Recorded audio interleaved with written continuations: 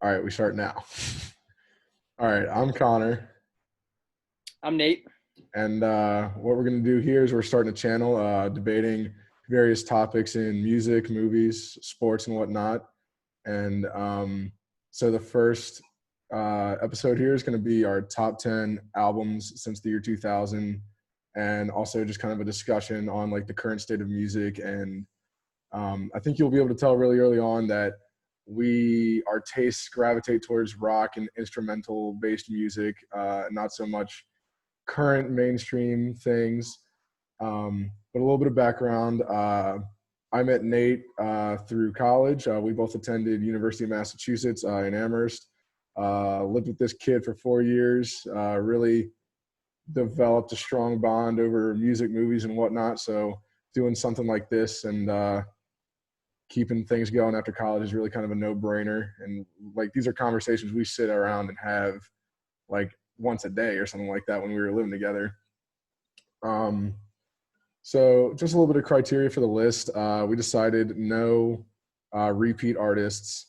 So I actually have a few selections in my list that I had to debate between a couple albums by an artist. I don't know about you. Yeah, if that rule wasn't in place, my entire list would probably be three bands.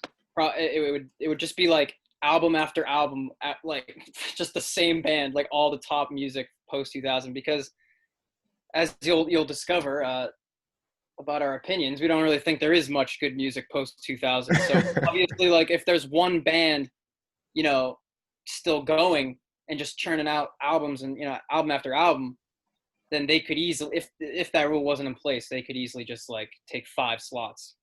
Yeah. I will quickly say though, another little background is I'll just list a few of my favorite bands Yeah, so people yeah. can get an idea of the kind of music that I like. I would say in general, I'm like the biggest Led Zeppelin and Pearl Jam fan like out there. I'd say those are the two bands that I definitely gravitate towards most. And I write some music as well. I would say they have like a pretty strong influence over what I write as well. Um, love Metallica, Foo Fighters, Pink Floyd, love like Rush, all those Queen. I mean, I could just keep going and going, but those are the bands that I really look up to and that I grew up with. And so I gravitate kind of towards the classic rock sound and then more into metal. Yep. So I had a pretty standard introduction to rock music. Just kind of one of those kids whose dad listened to all that kind of music, and Yeah. started pretty basic. Um, but over time, my taste has leaned more and more into the progressive rock music scene and the progressive metal music scene. So my favorite kind of bands are, bands like Rush, bands like Yes, bands like Dream Theater, probably the creator of progressive metal, Tool. So yeah, my tastes have definitely leaned more and more progressive, and they've probably gotten heavier and heavier up until maybe the last 6 months or so. I think I've been listening to progressive music that's not quite as heavy. Yeah. You've also been Um, listening to a lot of America and stuff like that, like almost yeah, like folk, surf kind of music. yeah. I have like kind of some sections of music I like some types of music I like that I almost view as separate from Oh, I totally from agree. my core, like my core tastes. Like yeah, like I don't know why, but like surf rock kind of just gets me. Like I like it doesn't really fit with everything else that I listen to, and it's really like as far as complexity goes, and I think just overall talent in surf rock bands, I don't think they match up with a lot of my favorite music, but I just like the aesthetic, and I like the vibe that it puts off. And I mean, it's also just like there's a lot of just like subjective personal experiences that kind of go into some of these. Like if you happen to come across an album at a pinnacle moment in your life, or a time, or a very like, if you like I have like a vacation, I can think of vacations where I discovered an album and I have such fond memories of that vacation that Yeah. that album is now all of a sudden like a really favorite album of mine, even if it doesn't like match up. So I do have none of those that kind of music though will make my list here today though. But it does, I guess, have some influence. Yeah. I do have, let me look. I would go so far as to say I have like 2 albums on here that like I associate memories with, maybe 3, but definitely my number 10. But I would say like definitely don't expect to see any like rap or hip hop albums on here, or really any kind of that nonsense in general on this Turn off the channel. podcast now. If you don't, if that's what you're looking Yeah. for, go somewhere else. um, but I definitely think I feel like if I had to make a prediction for your list, I would say that your list is more rooted in like I feel like you could with the kind of music you listen to and appreciate. I also think I'd be surprised.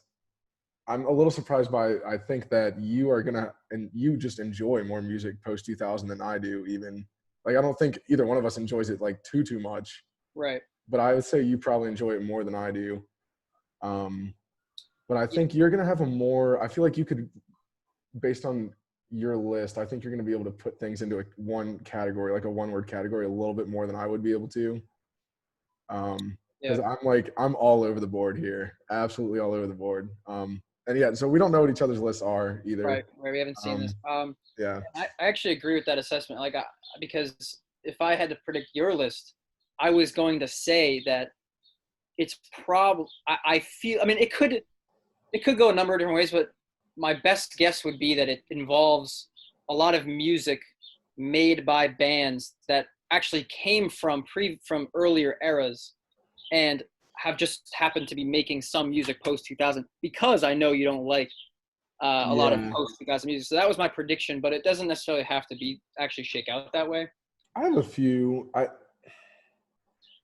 I tried to keep it because I definitely think it is 100% true that either all the greatest bands that you and I grew up with either are no longer together making music post 2000, or the music that they are making after 2000 is just not stacking up to anything that came prior.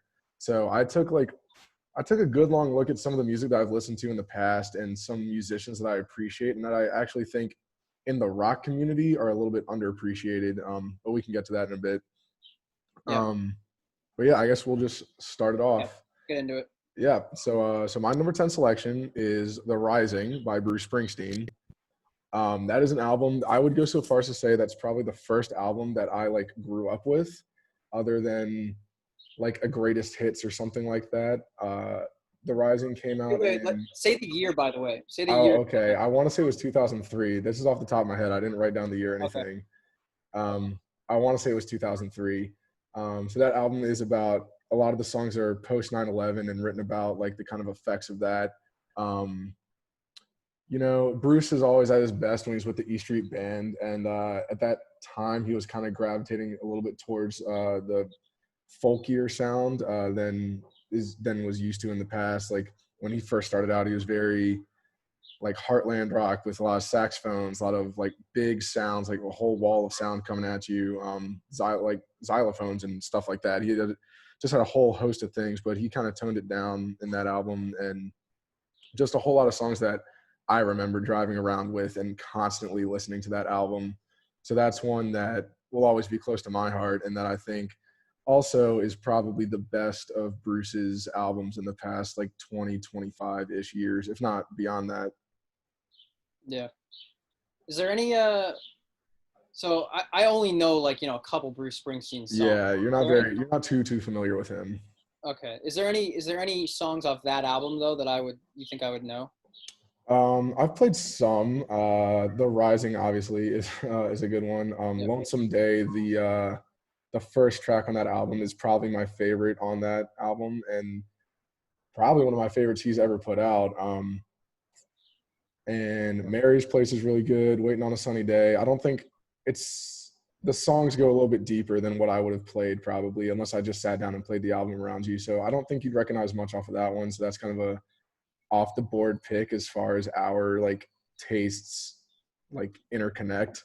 That's Yeah. not one you would see like even in No. consideration for your list. So No, yeah, Bruce Springsteen has quite literally never grabbed me. I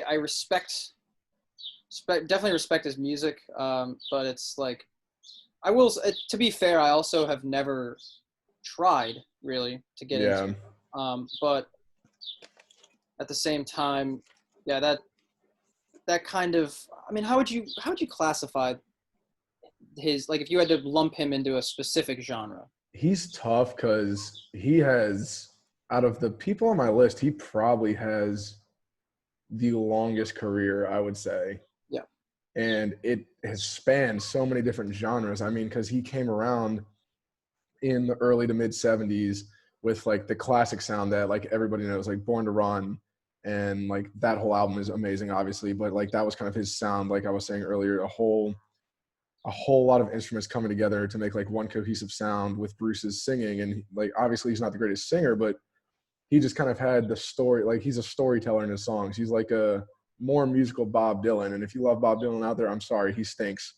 But and then Bruce had the whole Born in the USA era, which I know you hate that song, where it was more like keyboard and synthesizer. And like he kind of almost had a career kind of like Rush did, but not as progressive or not as like focused on the like individual instruments like Alex Lifeson's guitar and stuff like that. There was never that element to Bruce's songs, but he kind of gravitated with the times. And then so career trajectory, you mean? Career trajectory is pretty similar to Rush, where they went with the whole 80s like synth vibe and like some electronic drums at times, and then he kind of came back in the 90s to now and is more, even now he's going a little bit more towards folk, like Western styles music, I would say. But so he's really all over the board. I can't classify with him as anything. If I had to put something down, it'd be like Heartland rock or something like that. Yeah. This is totally off topic, but I have to mention it because you just were talking about like the 80s sound briefly there. Yesterday, I was, again, for the millionth time, listening to Power Windows by Rush, made in 85. And I realized what is so amazing about that album is that, and my dad was like, yes, I 100% agree with you on this. We were listening to this together. And it's that they took every part of the 80s, the classic 80s sound that people hate, that people are like kind of over with and sickened by, and they just made it awesome. Like that's what they did. Like it was just, it's incredible. They were like, they just put a new take on it. And they were like, they saw that it had potential, and that if not used in a really like repetitive, cheesy like way, can actually be really cool. And that's what they did. And but that's totally off topic. I think there's a lot of other bands that did that too. Like I'd say Van Halen was a good. Definitely not the only people that did that. No, but they were like, those are bands that like were from the 70s or even earlier that changed with the times, but still like stayed true to their core sound, kind of, and like their core songwriting. Yep. But that's my number 10. I feel like we've talked enough about that. Yeah, so. We should probably we got another technically 20 to get through because it's your 10. Yeah, so let's do it. We can move it along a little quicker. Yeah. All right. So my number 10 is Uplifter by 311. So this is funny because like kind of how Bruce Springsteen would never jive with me. Yeah. 311 would never really jive with you. 311 is a pretty out there band. They're pretty experimental. They're basically like one of the biggest groups ever that has kind of successfully merged rap and rock in a way. They do a lot of lyrical rapping and but they're also like a reggae kind of punk kind of metal sound. They have a lot of they're like reggae Beastie Boys. Yeah, they're all over the map. I mean, they're kind of related to like what's that band that Matt Kravick really likes? They begin with an S. I can't remember. It should right off the top of my head, but they're kind of like them. Anyway. Yeah, so Uplifter. This is like in my mind, one of the best, like kind of summer, literally uplifting albums. I mean, it's the perfect name for the album. It's a very upbeat album. All the lyrical content is very positive, but it's also at the same time, it's a heavy album. It's a very heavy album. The guitar tone, the guitar distortion is much more on the side of metal than classic rock or anything else. And it's definitely not the most progressive album ever, and it's definitely not the most progressive album they've ever done.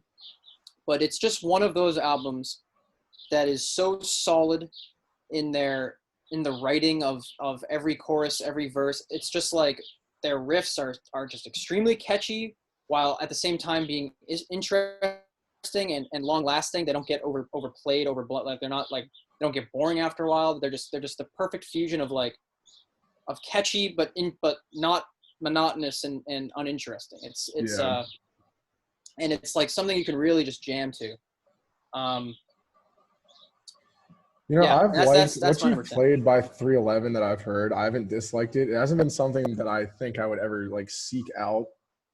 Yeah. But I think if you suggested something to me, I'd probably listen to it and check it out. And what you have played, I've enjoyed, I'd say, for the most part. Like, I like the Mosaic album.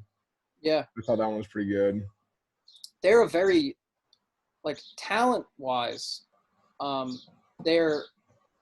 they just kind of, there's not really a weak link in the band. They're kind of one of those bands. I'm not saying that none of them individually are like one of the best musicians ever, but they're all very solid. Every single one of them. I mean, the drummer, Chad Sexton, is, you couldn't possibly think of this guy as average. Clearly above average, even in the world of professional musicians. Same with Peanut, the bassist. No, 100%. If you have like a reggae and like a groove-based band, you need the bass guitarist and the drummer to just be top-notch, or it's not going to come together. Yeah, they're top-notch. That when I've listened to 311, that's what stood out to me the most, is like the rhythm section. Definitely. You definitely you definitely appreciate Tim Mahoney's guitar work as well. Yeah, he's pretty good from what I've heard as well. He's also just he's very good at writing music. I would say that's his main strength. I mean, he can shred to some extent too, and he has some very like dynamic solos, but like technically speaking, like if you want to talk about his technical ability, I mean, he's no Jimmy Page. He's no John Petrucci. I mean, he's no, but he is. Nobody's Jimmy Page. Let's get that straight. And then last but not least, I mean, the front man, Nick Hexum, is just, I mean, incredible. Incredible at guitar, incredible at, lead vocals. You could easily, his vocals could rub you the wrong way. I could see that, like, in the sense that they're very clean. If you don't like super clean, and I actually don't like clean vocals, which is kind of funny. Most of the time, I usually like some flair to them, some distortion, something distinguishable. But his vocals are extremely distinguishable, even though they're super clean. And he can also rap too. And he's like, and they also have then their other singer, Essay, who's kind of, that's the only member of the band who doesn't really do much. If you want to talk about a weak link, but then again, he doesn't really have much responsibility either, other than like to rap and to provide backing vocals. And he does a lot of lead vocals actually. So it's not really fair to say he doesn't do much, but yeah. Well, yeah, let's move on to number 9. All right, my number 9 is Stadium Arcadium by the Red Hot Chili Peppers. It's a fairly long album. It's from 2006. I am pretty sure about that. Like, if I'm wrong about any of these years, you can just roast me in the comments if we even have a comment section. Yeah, Uplifters from 2009. I don't know if I said that, but Stadium Arcadium, I think, a lot of people hate Danny California. You know that song? Yeah. Yeah, a lot of people hate it. They say it's like repetitive. It's ripping off, what's that Tom Petty song? Mary Jane's Last Dance. You know what? I don't care. That's a great song. I do not care what people think about that. It's a great song. Rip it off all you want. I think they did it well. Red Hot Chili Peppers is what I thought when you were talking about 311 is that's just another band in my mind that doesn't have a weak link. Yeah. Kiedis writes great songs. I think his lyrics are a little out there sometimes, and that can get a little obnoxious. He writes some really just nonsense lyrics at times. But that was also the last album until recently with the guitarist John Frusciante, who I think is pretty good. I think in some circles he can be a little overrated, but overall, I'd say his riff writing and his harmony with Kiedis is like on point for that band's sound. Obviously, Flea's a great bassist, and Chad Smith's a great drummer. But yeah, you got Danny California, you have Wet Sand, you have Snow, which that riff is really nice from Frusciante in that. I'm blanking on other songs now that I had. especially in Michigan is good. I mean, you just, it's a double album, so it's a little lengthy, and not every song is great. But I would say if you take like the 8 or so best songs from that album, you have like a great, like you borderline have a greatest hits album to go off of. Yep. Yeah. Red Hot Chili Peppers is another band I've never really tried to get into, and I think the only thing that actually turns me off about them, because I do like, I've never really heard a song that I can, by Red Hot Chili Peppers, I can adamantly say, like, yeah, I disliked that song. Yeah. I've never heard that, but they almost got, like, too mainstream for me at a point, like, where, like, there were some songs that were so overplayed on the radio. They are definitely I was overplayed just at like, I times. don't know if I can ever do these guys. Like, yeah, it was, they really cracked some mainstream. I mean, they're one of the few, like, newish rock bands that, like, is still out there, that has, I feel like, actually reached into the millennial generation somewhat, you know? Yeah, I mean, Actually, in terms of rock bands that, rock bands, yeah. yeah, I'd say them. This is off the top of my head. I'd say them and the Foo Fighters are like basically as close as it gets to rock acts that are still putting out relevant music. And like that's coming from a Pearl Jam fan. Like I would go so far as to say Pearl Jam's still making music that I enjoy, but in terms of the masses, their singles at this point like aren't really going to get radio play. They're not going to create the kind of attention that a Red Hot Chili Peppers or a Foo Fighters release would at this point in their careers. So my number 9 is Let It Go by the Galactic Cowboys. Oh Lord, here we go. So here we go. Here we go. Now we're getting into the land of obscurity. How do I summarize the Galactic Cowboys as briefly as possible? All right, so some of you might know, probably not, but might know King's X, who are not. King's X is kind of the Galactic Cowboys are basically described as like the apprentices of King's X. They're kind of like the meaner little sister of King's X. They're less successful, if that is even possible. King's X.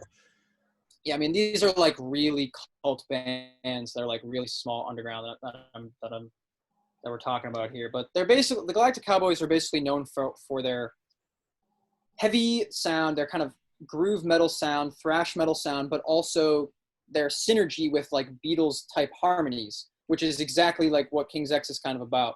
Yeah, I mean, I would describe them as if you went and listened to a King's X album or even a handful of their songs and thought you could like take it a step further into the obscure, then you would enjoy Galactic Cowboys. Yes. Yeah. Yeah.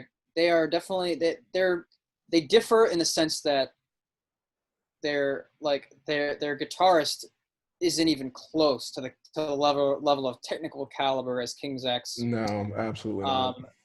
It's not even remote. But they've had 2 guitarists, and they're both actually, I would say they're great, but they just like in terms of technical ability, yeah. And then they don't have nearly as good a vocal section as King's X does, but they're good at harmonies, so it kind of like it's kind of their crutch. It's kind of what they lean on, and it works. Yeah. And then really the highlight of the band is probably I would just say the overall writing and the bassist, Monty, great bassist, and their drummer is probably their biggest weakling. But this album, Let It Go, is actually the King's X drummer is actually drumming on this album, which is kind of interesting. But it's, as far as like, it's kind of an experimental album for them. There's the Galactic Cowboys are known for like a lot of humor. Like they're kind of a humorous band, and there's a lot of kind of like very out, like lyrically especially. Yes, and they have a lot of joke tracks on here, sort of like and it makes the album have a nice flow to it, and it's a long album, but because of like these kind of interlude like joking like track, and it really like it goes by quickly and really kind of gets you into it. Like the opening track is really funny. It's like this ridiculous like super cliche like hip hop rap kind of groove, like this beat, and they're saying like this voice comes over the song, and it's like welcome to the Galactic Cowboys post 2000, where we got some new sounds and some adopting to the hip hop, and they're totally just joking, and they're like, you know, it's a new sound for a new millennium, and then it's like the most ridiculous hip hop kind of group, and then it just like cuts, and then it goes right into like this ridiculously heavy song, with like, you know, that's very reminiscent of something King's X, like the heavier side of King's X, and and they actually have some great more acoustic tracks, some very melodic tracks on this album. It's a very heavy album, heavy and melodic album. I mean, that's just kind of how the best way to describe it. And I don't think there's a lot of weak links on this album either. I think it's one of those where every song is pretty good, but at the same time, like, they have these great jokes on it. Just flows well. It's just it's one of my favorite albums. It also reminds me a lot of skiing and snowboarding for whatever reason. I think I really got into this album on a ski trip. I was just always listening to it, and it's a winter album for me. It's a very winter. I don't listen to it in the summer that much for whatever reason. But yeah. All right, let's go on to number 8. All right, so my number 8 is Audioslave by Audioslave. You got me rethinking my list now. Oh no! Oh no! I don't know if that would make it, but that's close. I'd have to consider. Yeah, I mean, you just have. I think at least in the live recordings, you kind of got the last of the best sound of Chris Cornell on that album. Obviously, an amazing singer and a great loss to the rock community. But I think it's more clear in his live performances that his voice wasn't exactly what it used to be kind of right after that album came out. Like, whether he blew it out, whether it was just age or what, he just wasn't as tonally right after that album. But anyways, I think that his voice, and you know I'm not the biggest Tom Morello fan. I think he's basically, and this might be like heresy to some people out there, but I think he's basically the metal version of the Edge from U2. Like, he just plays with his pedal board until he gets a cool sound, which is fine, but I don't think he's like this guitar guy that should be put on a pedestal. But I mean, you have Like a Stone, obviously. You have Show Me How to Live, Cochise. I honestly don't know how to say that. I Am the Highway, Gasoline. I mean, you have a whole host of just great songs on a debut, especially when you consider that Chris Cornell left Soundgarden and filled in basically for Zach De La Rocha and Rage Against the Machine. Like, just a really interesting kind of history in there, as well as just the blend of Cornell's voice with the Audioslave sound is just great, and it really worked out. But yeah, I'm definitely rethinking my list. That is definitely, like, you couldn't fault anybody for putting that in your top 10 post 2000 albums. Like, that's a solid selection. I'm also, in addition to progressive rock, I definitely, I don't know what I could say is the second, my second favorite class of rock, but grunge is a big part. And you like the heavier side of grunge. Heavier side of, yeah. I mean, Soundgarden and Alice in Chains, I absolutely adore those bands. Pearl Jam, I really have I love the album 10. I haven't gotten into much of them other than that. And then Nirvana, although I think they're overrated, I think they're very solid, very good. And Audioslave, yeah, I mean, I'm a huge Rage Against the Machine fan as well, and so and a huge Soundgarden fan, and you know, I mean, if you take like kind of the lead aspect of both of those bands and put them in one band, the result is going to be pretty good. And that album's a great album. Yep. All right, my number 8. I don't like the look on your face. Nobody's gonna know what this is, but is The Jelly Jam by The Jelly Jam. So self-titled album. The Jelly Jam, again going off this King's X track, is basically a side project of the lead guitarist of King's X, Ty Tabor, and he actually. Some people will, if you look them up on like Wikipedia, they'll literally call them a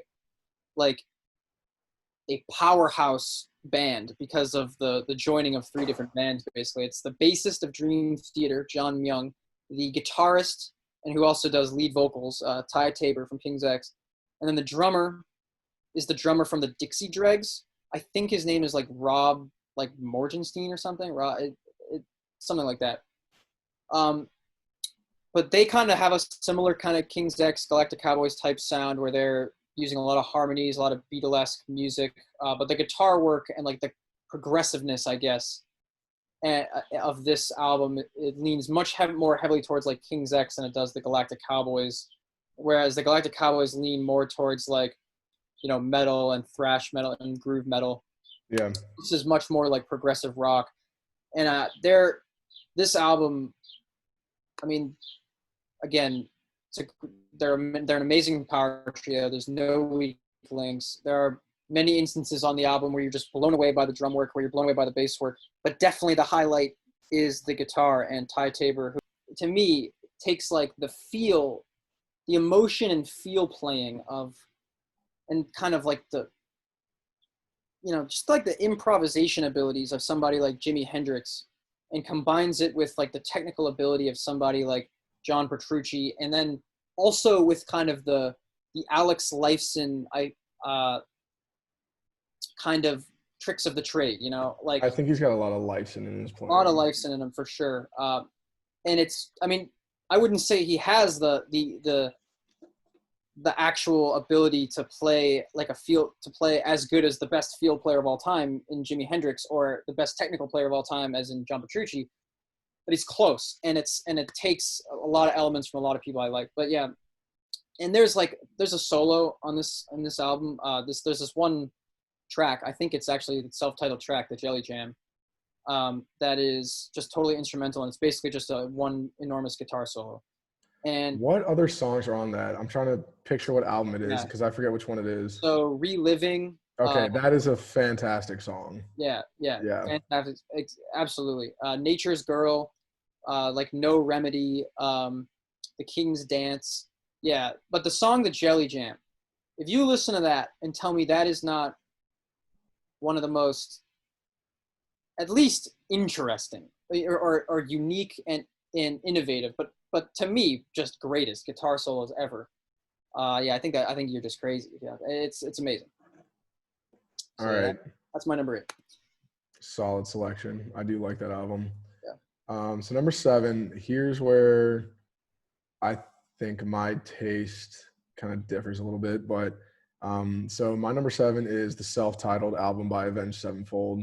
Oh yeah. I believe that was either 07 or 08. I can't remember now. That could be wrong as well. Who knows? But oh yeah, the Jelly Jam was 2002. Yep. And Galactic Cowboy, I keep forgetting to say the years. Galactic Cowboys is 2000. All my selections have been like early 2000 so far, except for 311 maybe, which is like mid. But yeah, so I struggled with this one quite a bit because I think early-ish high school is when I really got into Avenged Sevenfold. And I think as far as the thousands go, that they have 3, if not 4 albums that are really, really close together for me. And that would be City of Evil, which has tracks like Beast and the Harlot, Bat Country, MIA on it.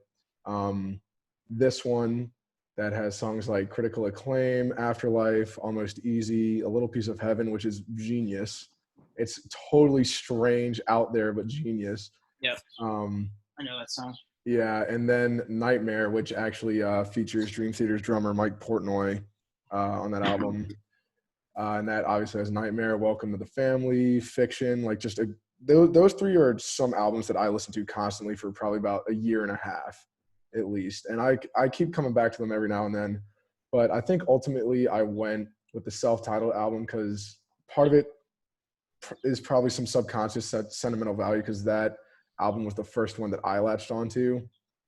And I think it has a pretty good array of different sounds. I mean, you have like the classic Avenged Sevenfold sound throughout most of the album, but then you have, like I was saying, like the totally strange and out there, A Little Piece of Heaven. You even have country in the song Dear God. You have like the horror metal and scream. I mean, and Sinister Gates guitar work on that album I think it's really good, but I'm of the belief that his guitar work has continued to improve. Specifically, his phrasing and note choice has improved with every album. Like I think The Stage, while I still think it's a good album, not my favorite by Avenged Sevenfold, but I do think that that song The Stage is the best thing that Avenged Sevenfold has ever put out. And I honestly don't think that's very close at all. Yeah.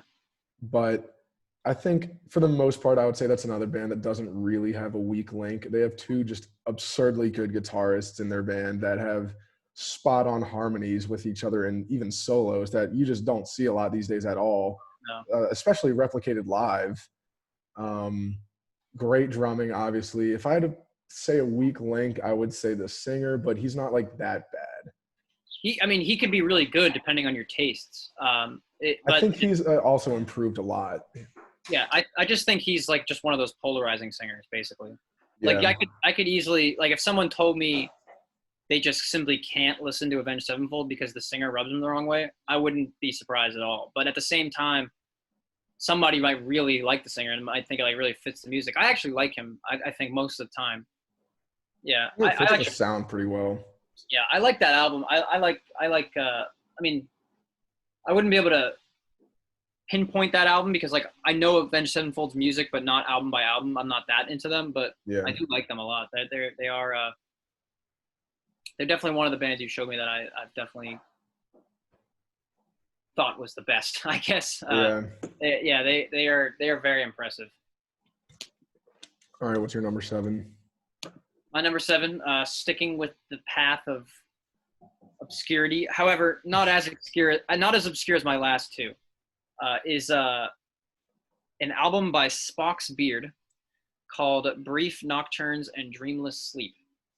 Spock's Beard is known as being one of the progressive rock revitalists of the 90s, basically. And they're the guy that most people attribute most of the credit to is like Neil Morse. He's kind of the most famous member of the band. But he's actually not part of this album. So they're obviously, they're multi-talented. They've had a lot of lineup changes, kind of like a band like Yes or something. But they're very, very similar. They're kind of a Dream Theater type band, basically. And this is kind of a Dream Theater type album, but in a less metal way. There's definitely metal, but a little less metal and a little bit more progressive rock. And they kind of do like, they do like some acapella, you know, they do like a lot of harmonizing, which Dream Theater doesn't do as much of. But I mean, yeah, definitely no weak links in this band. And this album has some just borderline masterpiece songs, like that are like, you know, extremely long, but super interesting, and it's just a journey. A lot of these songs are and really just some solid songs. I mean, if you listen to the song, and I think you've heard this song, the opening track, "Hiding Out," and you don't think that's like it's a great song, one of the best songs of 2000s. I mean, it's just like that should be an all-time classic song. The fact that it's not known more is a freaking travesty to me. I mean, it's just unbelievable that this band is so small. Like, given that they've put out a song like that, even if you didn't like the rest of their stuff, like for that song to not be a hit single to me is just crazy. But yeah, let's move on to number 6. My number 6 also had a tough choice between two albums, but ultimately I went with Wasting Light by the Foo Fighters. I want to say that's 2012. Again, could be wrong with that. But I had a tough choice between that and Sonic Highways. Yep. But ultimately, I think they're like fairly similar albums in sound as well. And I definitely like both of those more than anything the Foo Fighters did previously in the 2000s. Like, I enjoy the majority of the Foo Fighters catalog and discography, I would say. But I think at times they're a band that suffers from having like 2 or 3 really great singles and the rest of the album kind of falters. Yeah, we've agreed on this on many occasions. Yeah, because like I would say I would totally go to a Foo Fighters concert, would totally like listen to Foo Fighters greatest hits CDs like all the way through and be perfectly fine. and enjoy that. But I think that they are a band that's been around too long to not have more just completely listenable albums all the way through. But I think Wasting Light is kind of an exception to that. And I think that's definitely because they went back in their sound. It seems like they went back to their roots a little bit more stripped down than normal, and like just a bigger sound, I would say, than their previous albums. Like, I think there's some underrated tracks on there too. Like, I think Arlandria is a really underrated track by them. These Days, I think, is pretty well known, but obviously Walk to, Bridge Burning, Rope. I just think the tracks on that I would probably call that my second favorite Foo Fighters album behind The Color and the Shape, but that was from the 90s. So yeah, I had a similar dilemma basically with these two albums. I was trying to decide, first of all, if it came down to picking a Foo Fighters selection for the top 10, which one it would be, but I also wasn't even sure if I was going to be in my top 10, so I had kind of two dilemmas. It ended up not being in my top 10, spoiler, neither of them, but I think I would have gone with Sonic Highways, actually. I think I did decide that for me, it was just a more complete album, and I think really, like, it has less songs. Yeah, it's a little bit shorter. And that's kind of the only reason. Like, if you threw a couple songs in there that were, like, below average songs for that album, then it could easily just tip back over to Wasting Light. But yeah. My number 6 is Clockwork Angels by Rush. Oh. So this is made in 2012. Last album that they ever put out before Neil Peart bit the dust. Rest in peace. This is like by far. Dude, what a thing to say! Neil Peart bit the dust. I hope that didn't sound insensitive. I'm one of the biggest Rush fans ever. So but yeah, this album is like, it's not even close to be. It's just they're by far and away their best album since their heyday. Basically, I think it's their best album since Signals, quite easily, right. In my opinion. I like Power Windows maybe a little bit more than Clockwork Angels, but other than that, Power Windows was 85, and this is 20. So it's not very close. I also like Counterparts, which is 93. But yeah, Clockwork Angels is a really cool album. It's got like it's a heavier album for them. It's a little bit experimental for Rush for sure. A lot of heavy riffs, a lot of heavy guitar sound, and it's got, to me at least, it's got kind of somewhat of a steampunk sort of vibe. It's like that's the concept. It's like a steampunk world. Yeah, that's a really cool. It's a concept album. Yeah, it is. It's one of. Yeah, I think it was the only concept album they put out since after 2112, isn't it? Well, Hemispheres is kind of a concept album. I mean, yeah, I think that's probably accurate though to say that. Yeah, it's yeah, Geddy Lee's bass, let me tell you, is so loud in this album and so good. It's a heavier sound for sure, and a lot of that has to do with his bass. Yeah, yeah, the bass is definitely an integral part. I really like. I don't know how many times you listen to this point, so you might not know it track for track completely. But okay, how do you feel about the last song, "The Garden"? I think that's a highlight of the album. Yeah, I agree. Like, if not, it's probably like my number 2 song on the album. Yeah, it's also a nice change of pace. It's definitely the least heavy song on the album. Absolutely. Yeah, I almost wish it came like towards the middle or something. It'd be a nice like break. But it's beautiful. I mean, holy shit, that song's so good. It's like, it's one of the, just give you chills, that song to me. Yeah, literally the absolute only knock I have on that album, and I've said this to you before, is that Caravan is the best song. Yep. And it opens with Caravan, so to some extent it's just like downhill from there. Like, that's kind of an extreme thing to say, but totally agree.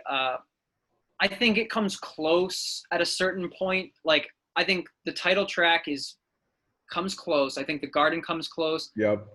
I think that's pretty much it though. I think there's a couple songs that might be like, if you just say like Caravan's like a 9 out of 10, there's a couple songs that are like 8 out of 10s, like but like it's definitely all downhill from Caravan. I agree. It is the best track, and it is. I think strategically they could have put that closer to middle, but maybe they didn't feel it was the best track. But it was also like a concept album, and like the lyrics of Caravan were saying like he's entering the city and stuff like that. So that was like the start of like Right. the kind of story. So they couldn't just like put that somewhere else. Like they could have changed the lyrics, but I don't think that really would have changed that being the best song. They could have made the music a little bit less good. Yeah. Damn it, Rush, stop being so good. Right. Why would they do that? Yeah. So here is what I think is going to be probably one of the few surprises I have left. My number 5 is actually American Idiot by Green Day. Wow. That I just never thought you would have had a Green Day album on here, but I guess post 2000, that totally makes sense, I guess. So I listened to American Idiot, and basically only American Idiot by Green Day. While I do appreciate some of their other songs, that's the only album that I like sat down and listened to frequently. When I was in probably middle school is when I like discovered Green Day, I would say. And I think certain songs that album like are, and I'm not even that big of a Green Day fan. I wouldn't say that. Yeah. Like, I would say that the majority of their songs annoy me more than I enjoy them. However, I think this album is a massive exception to that, and I think they made one of the best albums of maybe even beyond the 2000s. Like, I wouldn't put it in my top, like, 100 maybe or something like that, but it would be, like, in consideration. I think they open up with American Idiot. They go into Jesus of Suburbia, which is, in my opinion, their best song. I feel like that's a semi-popular opinion. You have Holiday and Boulevard of Broken Dreams on there. Just those first like 4 or 5 tracks are just absolutely Green Day's best work they've ever done, bar none. You also have some other good songs there. I'm blanking on the names. I know like What's Her Name is on there. St. Jimmy's good. There's a bunch of good tracks on that. It's like a concept album as well. Like there's a story. It was made into a Broadway musical. So, yeah. But totally off the board and not what you would expect me to pick, I would say. Yeah. Green Day for me, even their best work, I've never like it's good. It's good. Like it's definitely not bad or anything. It's just like to me it's just always been like a little bit too close to mediocre for me to really spend my time with. Yeah, I don't think either one of us have ever really gravitated towards like punk music or anything like that. But if I had to like label this album, it would be like progressive punk. Yeah, and maybe I definitely I've never listened to this album all like front to back, so maybe I like it more than I'm giving it credit for, or more than I give Green Day credit for. But Green Day is good. Like I do think they're a good band. I've just never really gravitated towards them all that much. But that is definitely I mean, yeah, like I think if the average person was like, if the average, the average person says like they have a Green Day album in their top albums since 2000, that actually makes a lot of sense. I think most people probably should have Green Day in the top. Yeah, but I feel like for you and I, that's a little surprising. It's a little surprising for you and I feel like again, this is going to sound really like pretentious, but our tastes are usually probably more mature than that, and maybe more complicated, but I don't think much mature music has come out after 2000. No. Like you said earlier, if we went back to like 95 or 90 or something like that, like obviously Green Day, I don't think that album would be on my list. Yeah. But yeah, we were saying, yeah, if you made a list of, if you did the same list, but for the years 90 to 95, even just a 5-year time span, the list would probably be stronger than a list that spans 20 years from 2000, which is just a sad thing, man. It really is. Yeah. All right, what's your number 5? So my number 5 is a King's X album. Oh, I actually have a guess, but go ahead. I'll tell you if I was right. Okay. So King's X came about in the late 80s. So all their best albums are really from, and that's, I mean, I could have said that for a lot of these by now, like 311 or Galactic Cowboys or anything, obviously Rush. But King's X, yeah, this album is Please Come Home, Mr. Bulbous. That's what I thought it was going to be. So 2000, made in 2000, so it just barely makes the cutoff, just right when the music started getting bad. this album is like one of the most polarizing King's X albums probably. It's like really weird for them and experimental. To me, I don't even really know. I mean, I'll try and it's definitely heavy and melodic, like a lot of their stuff. It's just like a little bit more psychedelic and weird, I think, than some of their, and maybe experimental than some of their other stuff. And it's not even like they use a lot of different instruments. They use some different tones and stuff, but it's not. I can't really put my finger on what makes it so kind of out of the box, but it's just awesome. And to me, the name of the album really encapsulates the sound of the album. I don't know why, but like the opening track is like called Fishbowl or Fishbowl Man, and it just goes so well with like the title of the album and like the whole groove of the album and like it's a very psychedelic album to me, at least as far as like music that King's X makes. Yeah, I think that's a little bit of the more out there King's X albums, I would say. Definitely. I feel like that almost, based on what you've told me and like based on me listening to it and knowing what King's X sound is, I feel like that's almost a polarizing song within or album within their fan base. It is. It's definitely like some people just don't get it. We're like, nope, didn't get it. But to me, it's on any given week, this could be my favorite King's X album, which is saying a lot because they have like 5 other albums that are like probably better than this, like objectively speaking, that came out earlier. But this album is just super cool. I mean, and if you like look into their history, like it kind of makes sense. They had a lot of fun writing this album. This is one of the band's favorite albums, which is interesting to note. They really liked this album, and they had a lot of fun making it. All right, so my number 4, I guess we didn't discuss this. I can go either way. Are we going to allow live albums, yes or no? I probably would have said no. I have an answer either way. So okay. If you want to you go have an answer no, either way, then I'll say it doesn't count if it's live. All right, so this is an album that I don't think you've ever listened to or even really given the time of day, probably, but Continuum by John Mayer. I think John Mayer has basically tricked us all for the past however long he's been active. I'm guessing it's around 20 years. I'm guessing he came around the year 2000. He is probably, in terms of mainstream music, the closest thing we have to a guitar god out there. Hold on a second. This is going to sound really ignorant because I live under a rock when it comes to mainstream music, but what kind of music does John Mayer make again?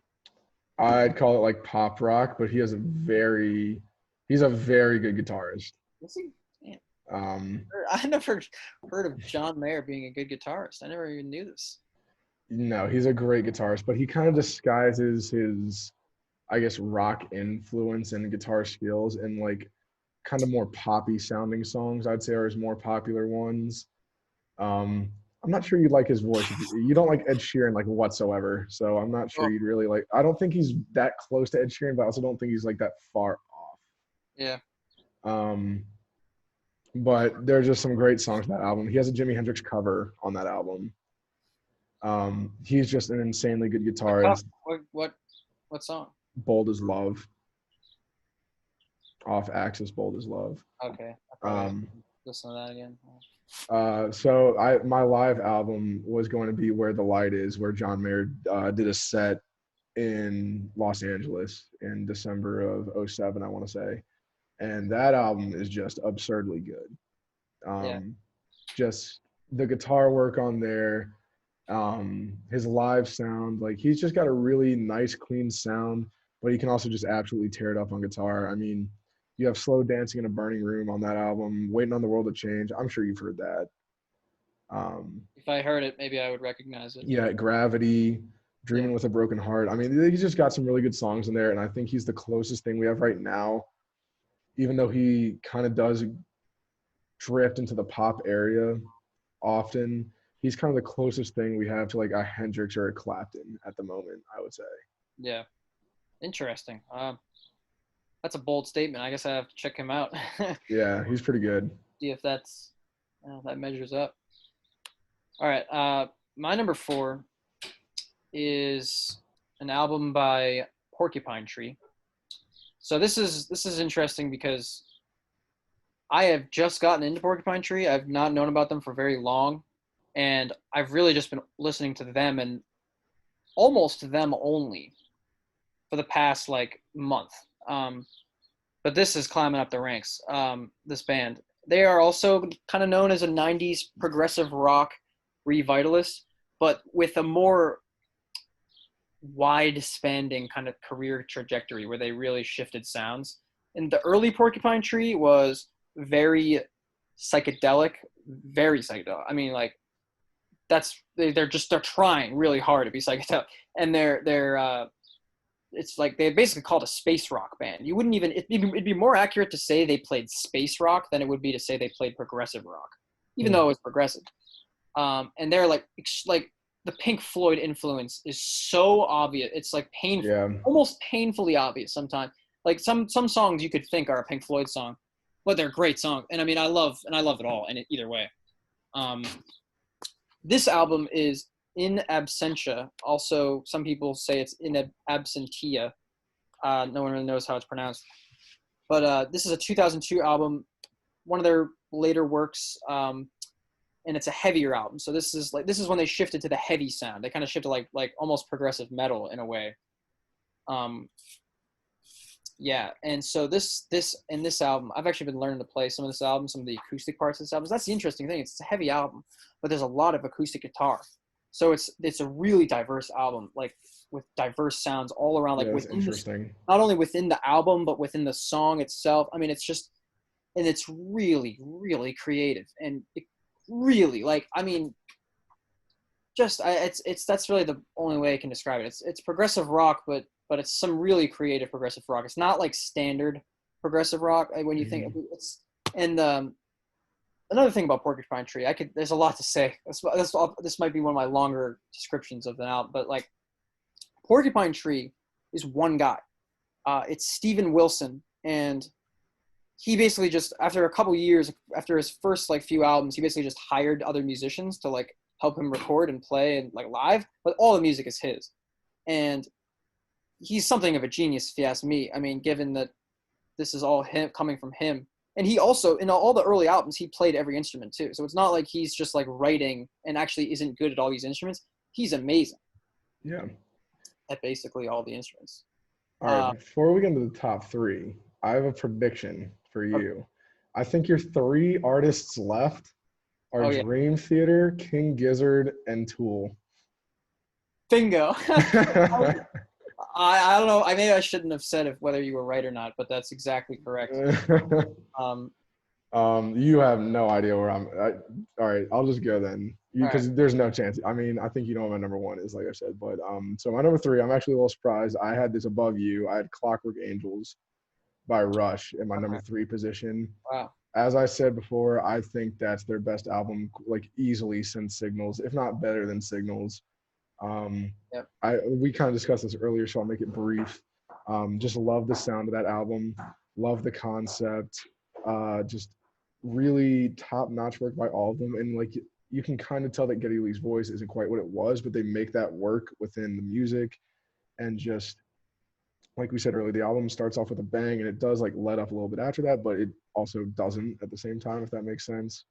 And The Garden is a great closing track. I just think start to finish, that's one of the best albums Rush has put out, which is saying something because they have a whole host of those albums. Really saying something. Yeah, it's not just like, we're not just giving them sympathy points because they're old. Like this is a good album. Like this is really good. Yeah, wow. I introduced you to this album, and you might end up liking it more than me. That's crazy. Although I think maybe it's just because I like you said, I like more 2000s music, and that's why it's lower on my list. But you also said you might even like it more than Signals, which is, to me, Signals is definitely, I love both albums, but Signals to me is definitely above it. Same with Power Windows. So maybe you like it more within Rush's discography than I do, actually, which is interesting. Well, yeah, we've discussed many times how you are much more into and like okay with the keyboard and like the shift away from the rock and groove-based Rush music and more into the keyboard synth-based stuff. Like the second Alex Lifeson started to take a back seat in songs, I kind of start to take a back seat to Rush. I agree to some extent. I just have a little bit more tolerance for it, I think. Because Power Windows to me, was the perfect blending of keyboards and guitar. And there are albums where the keyboards are more used, and I definitely do shy away from those as well. I agree with that. But all right, on to your number 3, since we already Yeah. discussed Clockwork. My number 3 is a King Gizzard album. This was very close to being number 2.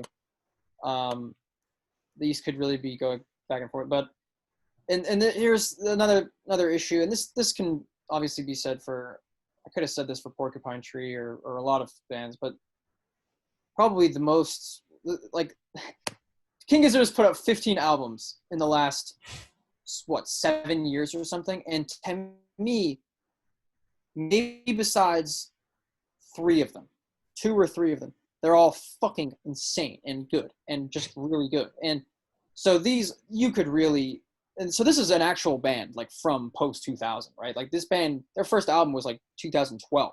So this is a new fucking band. These guys are young.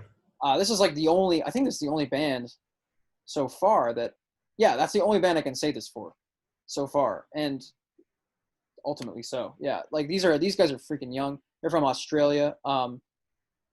Stu McKenzie is the main guy behind everything. He's the lead singer and lead guitarist. And he's so fucking weird. And this album, so the album is Polygondwanaland. They have ridiculous names of albums. That's not even the most ridiculous name of album. Like, another album I was considering, again, 5, on any given day, there could be 5 other King Gizzard albums that would actually take this spot. But, like, yeah, like another, like, Flying Microtonal Banana, like, their album names are absurd. But this album, Polygondwanaland, is by far their most progressive album. And I'm using that word carefully because it's probably not their most experimental album. It's definitely not their most experimental album because they're a really experimental band. They get more experimental and they get more weird than this album. But this is their most progressive album, at least as far as the music goes and the actual, like really trying to come up with creative musicianship and just creative rhythms, creative melodies, creative, harmonies, whatever it may be. This is really that album, and it's really progressive, and it's probably the closest thing to progressive rock they've ever put out, and that's why I love it so much. It's probably my favorite. It's got like a 70s vibe where it's like there's a lot this cool 70s type synths, kind of like some Stranger Things type stuff, honestly, if you want to, like, like the Stranger Things synths, like the kind of the ominous Stranger Things music. A lot of this kind of reminds me of that, and it's very, very cool. Yeah, it's again, I haven't listened to that much King Gizzard. I've known they've existed for like a really long time, but I never kind of chose to listen to them. I don't know why. I just never really did. But based on what I've heard from you, they seem right up your alley, and like I do enjoy some of the stuff that you've put on. Yeah, the last thing I'll say about King Gizzard, because kind of an important aspect of it, is that they are a band, and I don't know if you could say this as confidently about any other band on the planet, really, or ever. They are a band who really hones in on an idea for a single album, for a concept of an album. All their albums are completely different. They're not only different, they're all different genres. Like, they're literally, King Gizzard's thing is like, we're going to pay homage to a certain genre, maybe even pay homage to multiple genres by combining them in this beautiful synergy. We're also going to add our own flair, our own unique twist that's going to be symbolic throughout our entire discography. And it's like, how do they do this? It's like they come up with they have an album that's all acoustic, all acoustic instruments, no electronic whatsoever. They have a thrash metal album. That's my favorite one that I've heard so far. Yeah. Super heavy album. They have a funk jazz album. They have like a Middle Eastern album that's all just micro tuning instruments. That's all they do. That's all it is. It's like all these weird concepts. They have a sci-fi like metal album. Like, it's crazy. It's like, it's absolutely bizarre. So this is like their progressive album, like their progressive rock album. And they're they're a real trip to get in. If you try and get in this band, it's like it could be really hit or miss for a lot of people, because depending on the album, you might just hate it. It's like, because it's a totally different genre. You might hear another album, you're like, this is the same band? Like, what? But there is, like I said, there's a signature flair that you can tell, like, yep, this is a King Gizzard song. It's like, even though they dabble in all these genres, and that's hard to do. that's hard to do, to have like a signature flair, I feel like, while still dabbling in a bazillion genres. Yeah. Let's move on though. All right. My number 2 is What You See Is What You Get by Luke Combs. So that's my really off the board pick. What? Yeah. Now that Luke Combs is country, right? Yeah. Just checking. All right. Wow. That is. So he's got 18 songs on this album, and I would say just like scrolling through them, and I've listened to all of them, but I'd say they're all good, but 16 out of the 18 are like really top-notch country songs. And a lot of it is rooted in some rock influence, as with like some other country bands that are out there.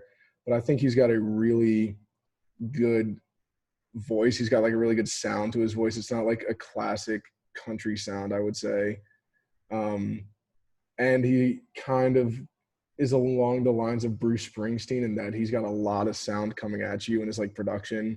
Like I think at the end of one of those songs, there's like 3 guitar solos that are like completely different, but they're like layered, so it sounds like just great within the sound of the song.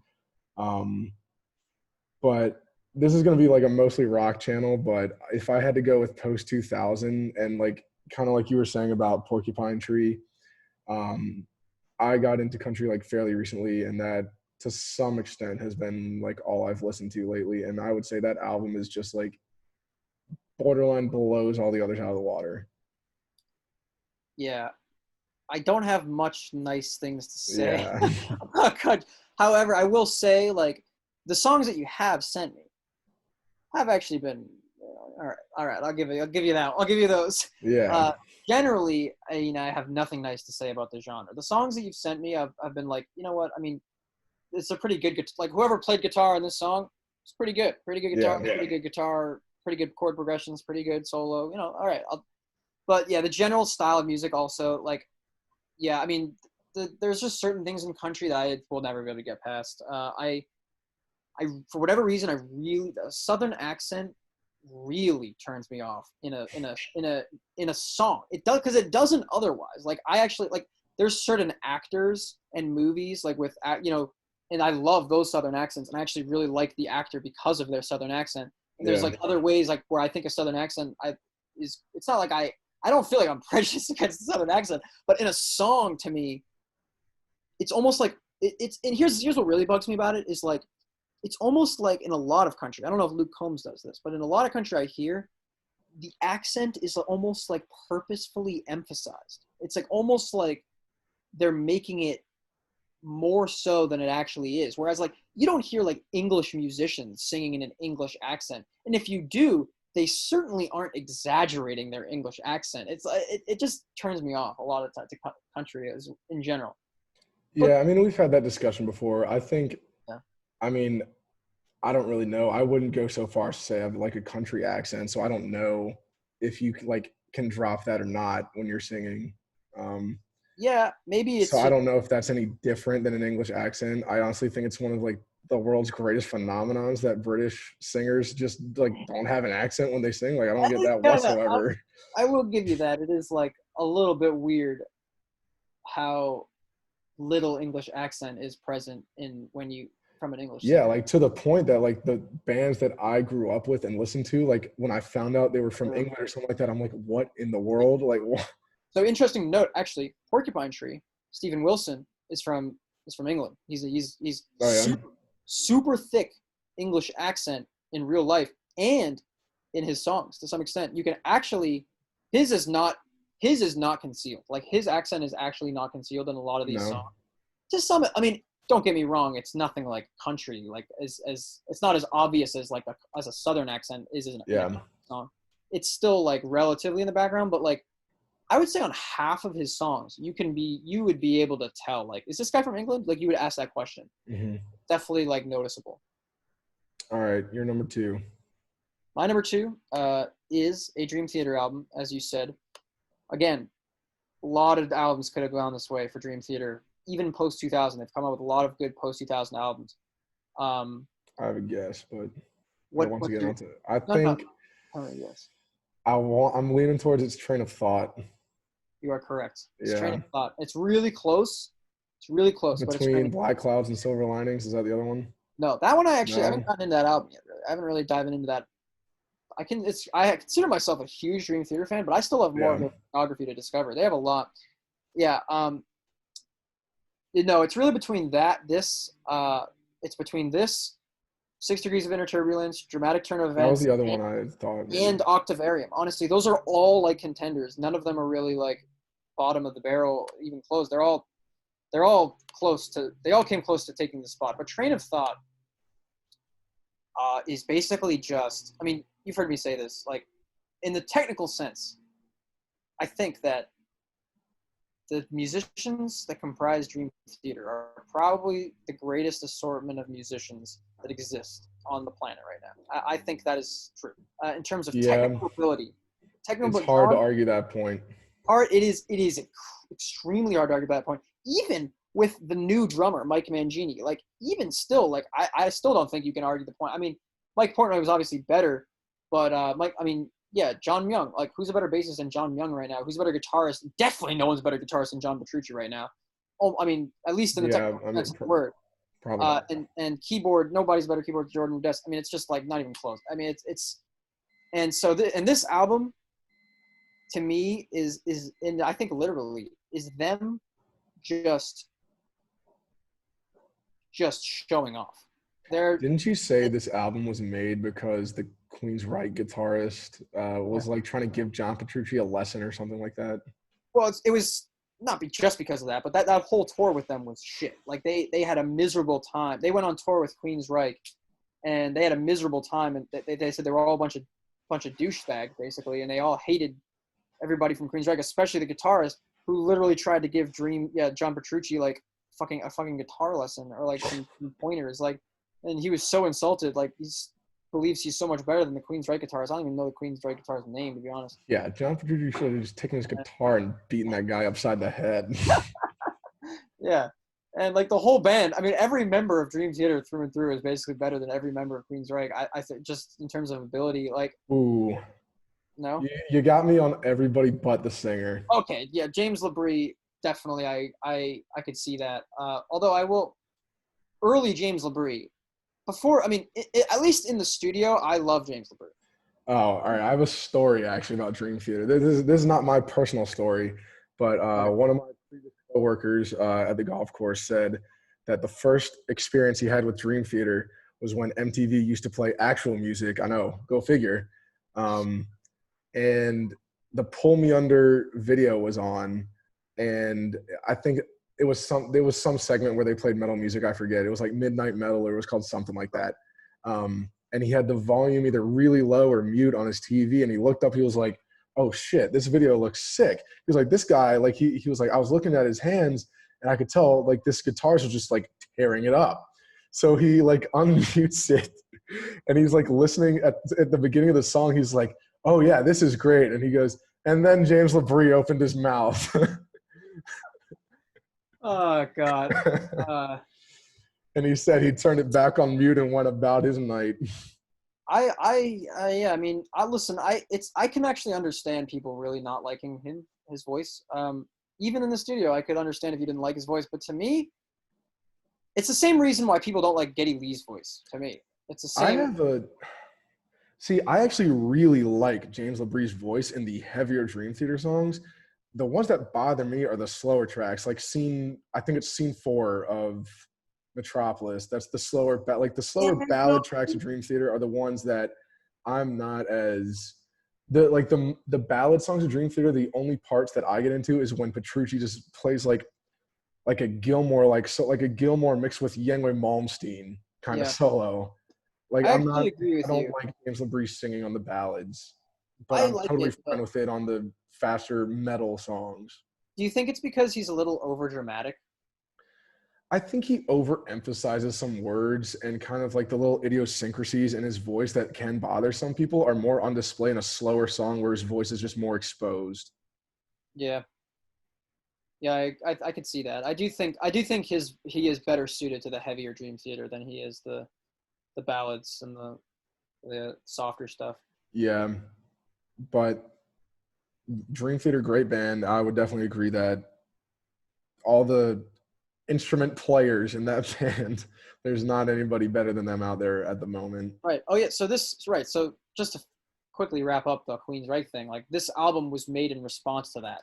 They basically. Oh yeah, we got off track, but Yeah, they just were like, I mean, this was them just fucking laying their dicks out on the table and just being like, boom, like nobody is better than us. I mean, this album is insane, dude, insane. I mean, it's just mind-blowing musicianship and instrumentation, mind-blowing. I mean, there's just no other way to explain this album. And it's also their heaviest album.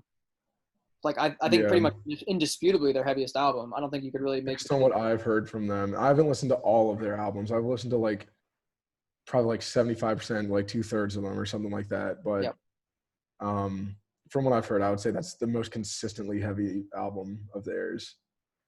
Yeah, for sure. And we might as well, I think we're probably just going to end up just having a discussion about this, but my number one is Lateralus by Tool. Yeah, so I'll just get it out of the way and say this is also my number one. Yeah, so I kind of went back and forth between this and 10,000 Days, and it was actually like that's interesting because you used to be much stronger on the opinion that Lateralus was easily their best album. Yeah, I think that's just I listen to more of Tool, and I will say that 10,000 Days has my favorite Tool song, which is The Pot. I think that's pretty cemented as my favorite Tool song. Part of that might have to do with when the first time you like introduced me to Lateralus, I like blew my ears out for the next like 2 weeks to like Schism. Yeah. So like I'm not sick of that song or think it's bad or anything. It's just not one that I will like consciously put on quite as much as I would The Pot. But I think what puts Lateralus in front of 10,000 Days for me is that the collection of songs is at least equal, if not a little bit better than 10,000 Days, but also the flow of the album is not that 10,000 Days is not, but Lateralus is just a much more cohesive album. Yeah. The only knock I would say, and I hated the song when I first heard it, you know, like Ticks and Leeches, I hated that song. I thought it was like just nonsense noise, just absolute garbage. But I came around to it. But that's the only thing I would say is that they kick ass in the first like 6 tracks of the album, and whatever it is, like I'm not going to count the little like 30-second or minute like soundscapes in between. Like you have The Grudge, The Patient, I feel like I'm a Schism, Parable, Parabola, and then you have Ticks and Leeches between Parabola and Lateralus. And while I do like Ticks and Leeches, that does not stack up. And it's almost like undeservedly sandwiched between like what I would probably say are the 2 highlights of the album. They could have done better. They could have. I agree. They could have filled that hole a little better. I like the song. Yeah, I mean, it's definitely the obvious.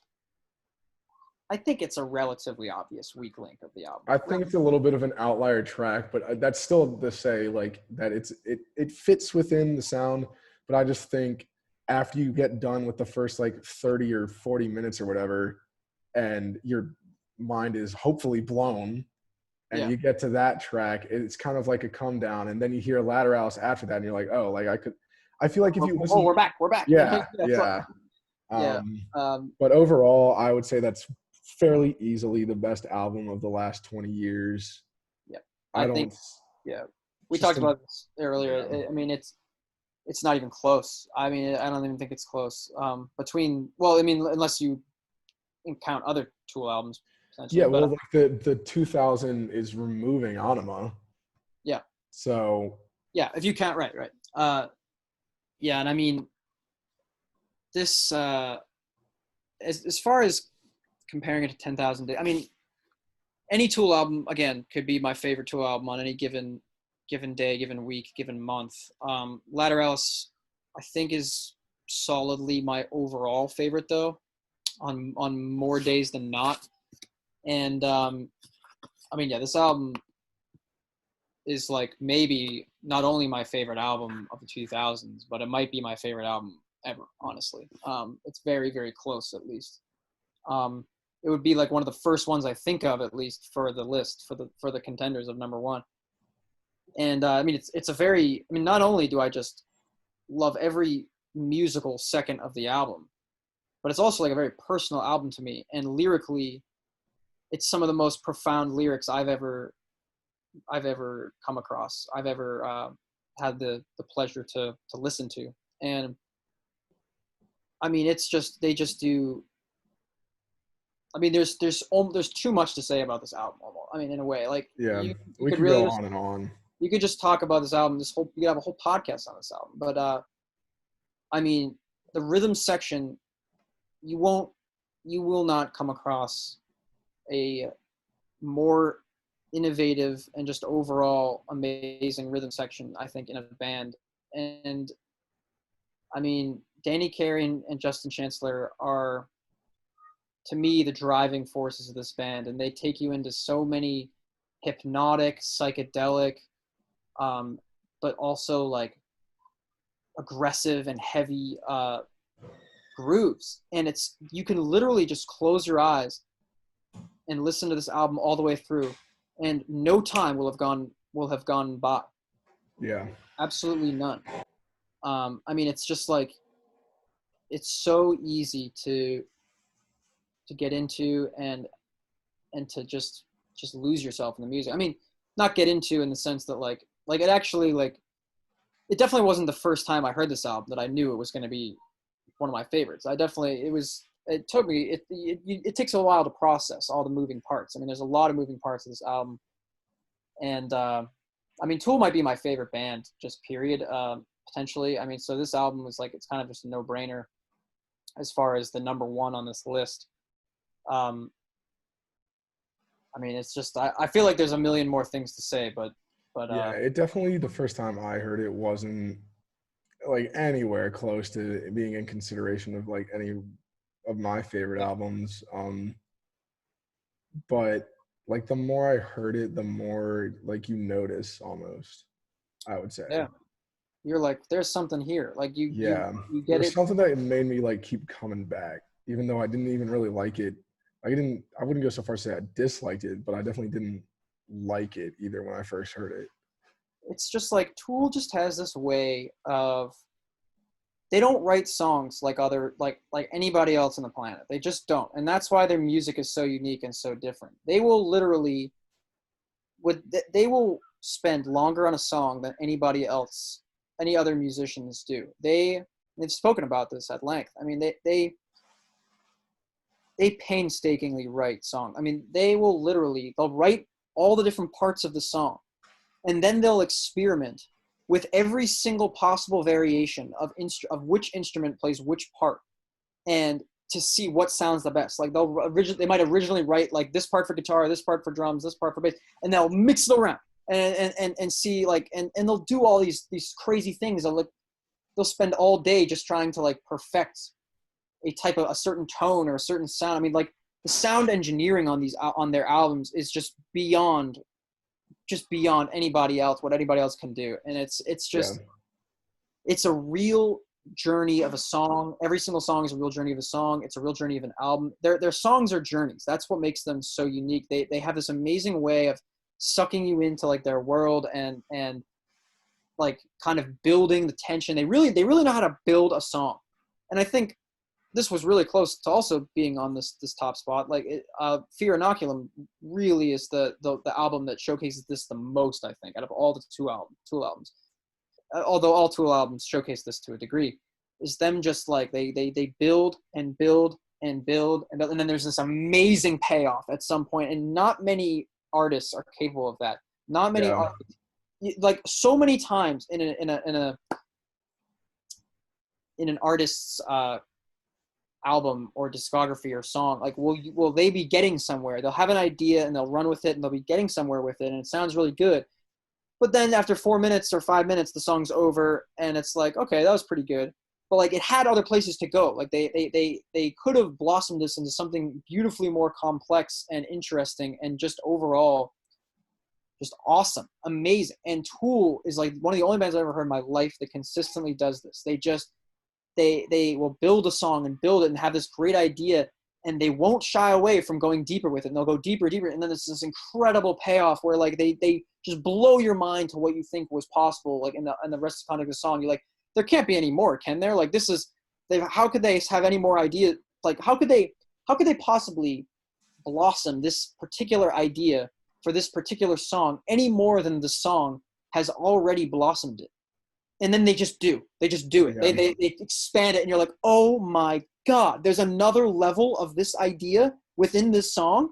Holy shit. It's like, I can't believe, it's just, and it literally moves me to tears sometimes. I mean, I'm literally like, there's a point at the end, go back. I don't know when the last time you heard this was, but if you haven't listened to it in a while, the trifecta, and that's probably the most underrated part of the album of Lateralus, the trifecta at the end of the album, disposition, reflection, and triad. Specifically, the part of that triad where it gets to the end of reflection, and you have this like almost like cat-like screeching guitar, just like hollering over like this just hauntingly beautiful, heavy music, and it's like, dude, that's moved me to tears before. That part of that song, I mean, it's just truly astounding. I mean, again, like I said, could probably talk for another 30 minutes about this album, but that's probably enough. It's just, but it actually, the two of us having Lateralus at the top kind of does move us a little bit into the discussion of like modern rock and stuff like that, especially because Fear Inoculum just came out last year. Yep. And I believe that like topped the rock charts, did it not? For a while it did. It was number one, and it's also, it was number one on like the Billboard Top 200 for longer than any other rock album ever sees. See, but I think a lot of that has to do with just Tool fans being rabid. Dude, this is how you know. They're like, look, cult, like people will knock cult bands a lot, but they're a cult band for a reason. It's because they're offering something that nobody else is. Not, and we've talked at length at nauseum about how like a lot of people's problem with Tool, or maybe like sometimes your problem with Tool, or a lot of people's problem with Tool is that every Tool song sounds like Tool, and that it's like they don't actually have a lot of diversity. Like you could say that a lot of their stuff sounds the same. But the thing is that what they do, to me, the reason why that doesn't matter at all is that what they do is so unique to them, and nobody else is doing it, that like it doesn't matter. Like nobody else, it's just like if you go to them, you're going to them for that sound anyway. So it doesn't actually get old because it's so unique and so innovative and so amazing. Yeah, but just the status of Tool being a cult band, I guess if you want to call them that, and also the fact that they hadn't released anything since 10,000 Days, like what, 14 years or 13 years, I guess. I think it was it was either 13 or 16. I think 10,000 Days was 2006, and it came out in 2009 or 19. I mean, but I think like those factors contributed to that like a bit more than if Tool had been consistently releasing albums. Then I don't think that one would have really topped the chart. It was a highly anticipated album. I mean, because they had already achieved like legendary status, and people kind of at that point knew like. At that point, people knew, like, all right, this is a band that you got to be patient with. And, like, I mean, 13 years is asking a little much, obviously. But everybody knew, like, yeah, they take their time. Like, all right, they're a complicated band. And so, but as the years went on, like, the anticipation just built and built and built. And, like, people were like, they're never going to be able to live up to this anymore. Like it's because it's almost too long. But it did. Like, it almost basically I think we disagree at least a little bit on that point. I would put that below probably their three best albums, which I consider to be Lateralus, 10,000 Days, and Anima. I think it's pretty clearly below those three to me. I cannot rank any Tool albums below Lateralus. At Anima, 10,000 Days, and Fear Inoculum, basically it's a dead tie for second to me. I just don't know how to do it. I can't do it. The only Undertow is the only one that I easily place below all of them. Yeah, I would agree with that. Even though it's good. The thing is like I never listen to Undertow, but when I do, I don't listen to it because if I'm going to listen to Tool, their other music is just so much better. Man. It's just so much more deep and complicated and interesting. But actually, when I do listen to Undertow, I realize that like this, to me, this would be like, compared to the other 90s grunge, like if I'm comparing this to every Soundgarden album, every Alice in Chains album, every Nirvana album, every Pearl Jam album, like it's actually probably one of my favorites of all of them. I mean, it probably like, to me, it fits into that grunge era more nicely than any of Tool's other music. And it's actually like competes to me with those other grunge stuff. So actually it's a great album, but it's just nothing in comparison. It doesn't stack up. If that was like their only release or something like that, it might be different. Right. But knowing what came after, it kind of diminishes that album a bit. Yeah. But yeah, I mean, I feel like we're probably going to concur on this point, but I just don't see real, like, I honestly think, I guess we talked about country a little bit. I think country is as close as it gets right now to any sort of charting mainstream music that has actual instrumentation in it that is getting considerable radio play. Yeah. Yeah, it's the I guess that's true. And I mean, the problem, if we're starting to address this question of like whether rock has a future or whether rock can ever come back. First of all, there's like many different ways to approach that question, because you kind of have to define, like, are you asking, like, is the question, will it ever reach the point that it previously was at? Because it definitely won't. Like, no.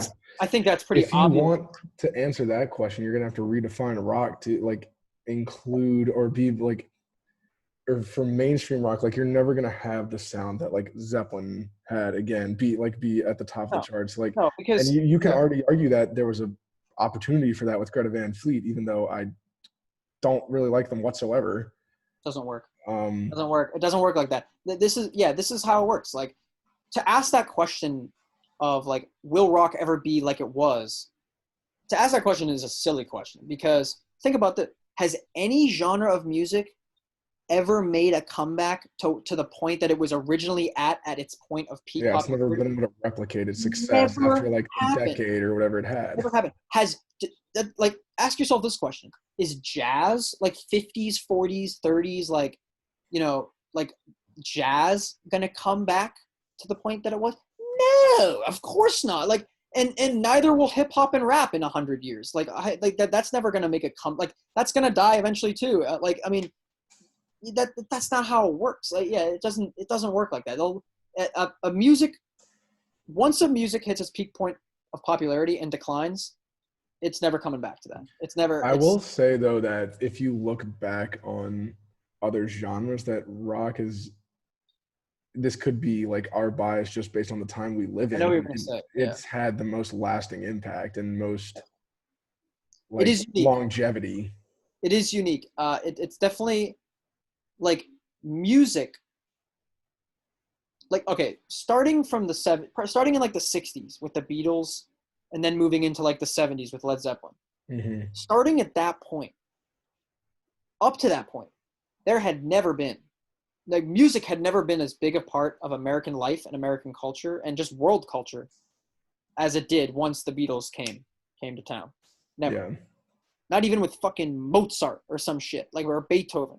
Not even because it was a different time, but it was also just an absolute craze for. Right. It's not because the Beatles were better musicians than Mozart or something. It's just because of the way that it works. You know, it's the times, it's the culture. Yeah, it was the culture, and rock has been the only genre that has ever captivated the culture in the masses. Like it has. No other genre has really. I mean, you could maybe make. It's kind of hard to say with hip hop and rap because it's not really over yet. We're still in the middle of those genres. Dude, tell me what the expiration date is. Please. Tell me what it is. Well, think about it. That's actually an interesting question. Like, when do you think the expiration date is? Like, how long does a genre typically have? I mean, because if we're going by rock lasted for over 4 decades. See, I think we're going to see different variations of hip hop before it's dead, because you had the Beatles from 1960 to 1970. And right as the Beatles were breaking up, Zeppelin came around in 69, and they were done by 1980 because John Bonham died and they decided to break up, never made another song again. And you still have Led Zeppelin sounding bands every year. Like, yeah. Yeah. Now, they're not charting, obviously. They're not, but plenty of bands that, basically any band that wants to put rock in their name right now, whether it's like alternative rock, whether it's like the band Muse, I would say they're probably as close as it gets to rock right now, and that is a stretch. Yeah. But I guarantee you they would all say they're influenced by Led Zeppelin and influenced by the Beatles. Definitely. And even a band like Avenged Sevenfold has listed Beatles, Zeppelin, Sabbath, all those guys as influences. So I think rock is going to have the longest lasting impact in terms of musicians, but in terms of music, I mean, but it's not going to be, their lasting impact isn't going to be at the forefront anymore, even at some point. Yeah, definitely not. But sorry, to address your question. Oh yeah. I think I'm not going to pretend I'm the most versed person on hip hop. I think I'm probably a little bit more versed than you are, but definitely. I think the biggest acts of hip hop and rap have kind of already had their heydays. Like I would say, and I could be completely wrong, but I would say that Kanye West and Jay-Z are like two of the biggest rap acts to ever come out, basically. And Eminem and guys like that, they had their time in like the early mid to late thousands, and over the past 10 years have not been quite as prominent. Like 2005 to 2014, I think you said. Like, yeah. Something like that. I'm saying the past, like from 2010 to 2020, those three acts, which I would say are probably the biggest that rap has seen in the past 20 years, are not quite as popular as they were. And we're seeing a lot of new acts. We're seeing a lot of like female rappers like gain acclaim, I guess, whatever the word is. And I think we're seeing a lot more diversity within that genre. So I think how you had the Beatles, like kind of pop rock style, but definitely still rock for that time. Then you go into Led Zeppelin, Sabbath with like the harder sound, guitar driven sound. Like the music evolved the whole time. And then you get the 80s with the keyboards, then you have the 90s back to grunge. So you saw several variations of rock be at the forefront of music, like you said, for like 4 decades. Yeah. Now, God willing, we don't have another 2 decades of hip hop and rap. No, I mean, you're right though. Like it's not going to go away for a long, it's never going to fully go away. Just like rock has never fully gone away, right? Like genres don't fully go away. Not really. They lose steam and they fall out of the spotlight maybe, but like you said, I'm not qualified really at all to speak on hip hop or rap. I'm curious, like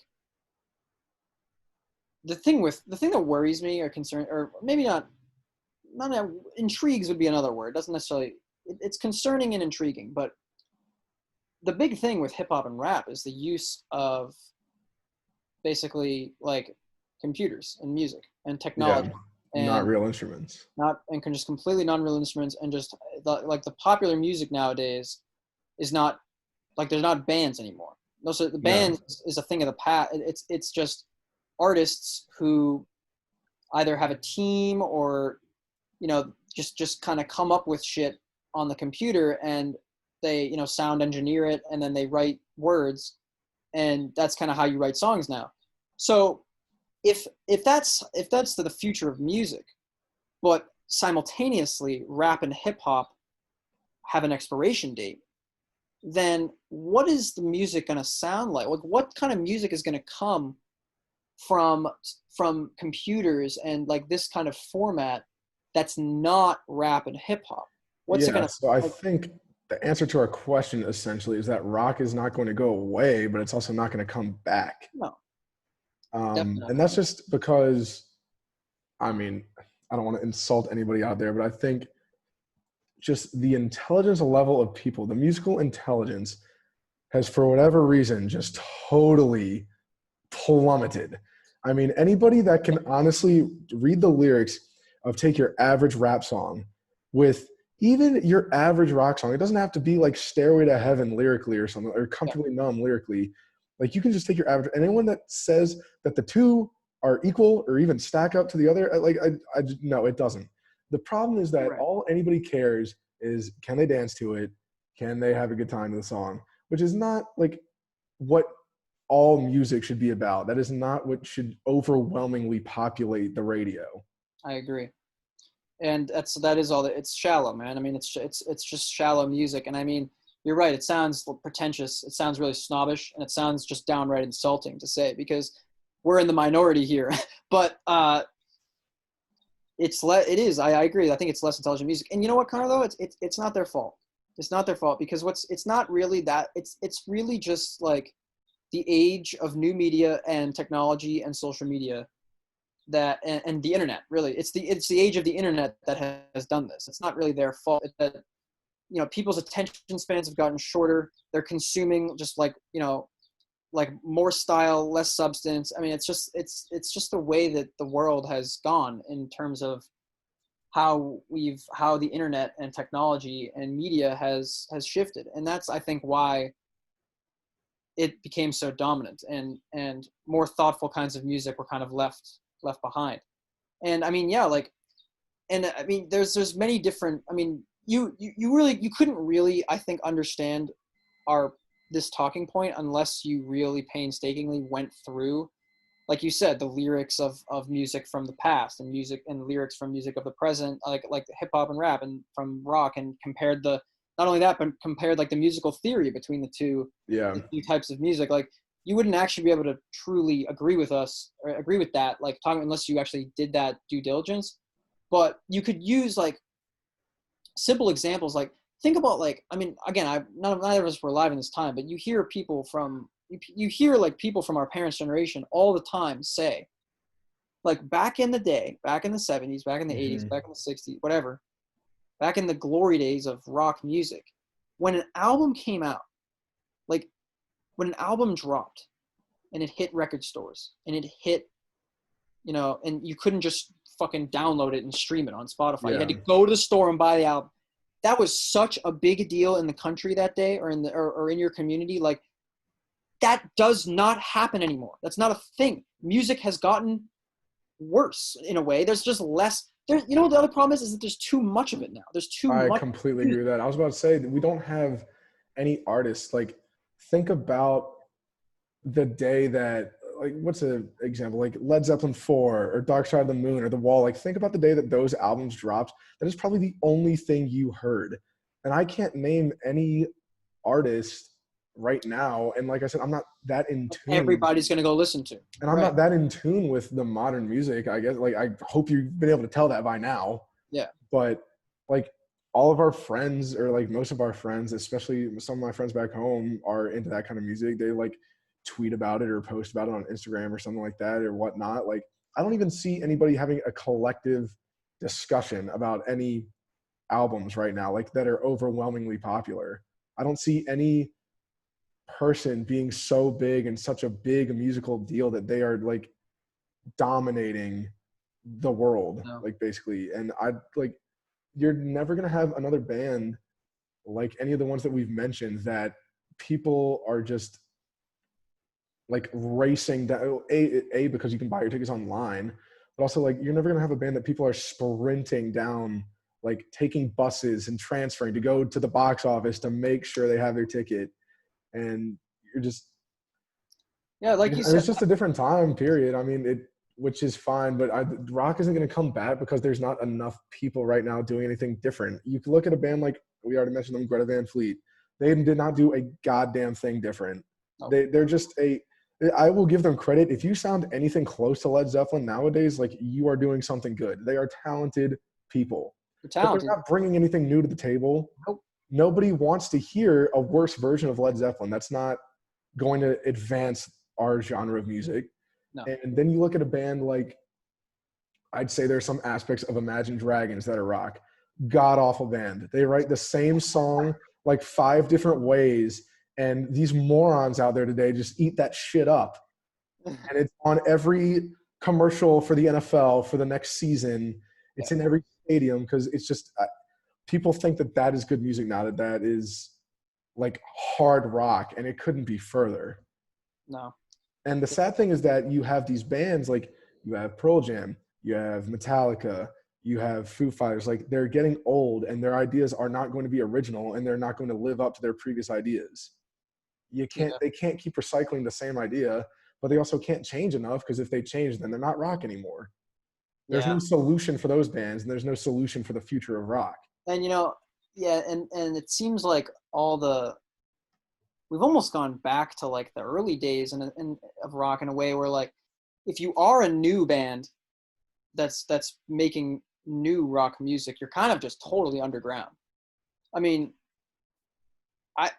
I think King Gizzard is the first band that comes to mind that's like, maybe, I mean, they're popular, but like they're pretty much just underground. I mean, they're pretty much an underground Australian band in a way. I mean, and I just feel like all young new rock bands making music are kind of just like almost like the underground bands of Seattle now. It's kind of, but like they're all over the world. And yeah, I think the real biggest problem, I think, like is just too much music. I think that is the issue. Like you said, like back when albums like Dark Side of the Moon came out, that was the only thing that came out that day. That was the only thing that came out maybe for a while. I mean, that was like the only thing that people would go out and listen to and buy. Like, even if you weren't like an avid Pink Floyd fan, people heard that album, and everybody just, I mean, it was, yeah, that's just never, like nowadays, the amount of music that there is. Dude, what was it that you sent me, or maybe I sent you? It was either like Grammy nominated albums or like the Billboard's top albums that neither one of us recognized a single album on that list. It was like a list of like 10 or 12 albums or something like that. And I'm like, I literally have never heard of one of these in my life. Yeah. And it's just, I mean, I don't know, because I think generally our generation is, I think in some aspects we're more intelligent than generations of the past but that's also simply because we have far more information made available to us at our fingertips. Yeah. So I don't know what happened with music. Yeah. Well,